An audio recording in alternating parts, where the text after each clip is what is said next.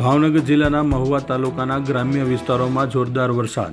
મહુવા તાલુકાના દેગોડા, બોરડી, છેદડા સહિતના ગ્રામ્ય વિસ્તારોમાં જોરદાર વરસાદ વરસતા જગતનો તાત ખુશખુશાલ. વાવણી લાયક વરસાદ વરસતા ખેડૂતો દ્વારા વાવણીની તૈયારીઓ શરૂ કરવામાં આવી. ધોધમાર વરસાદ દેગોડા ગામની અંદર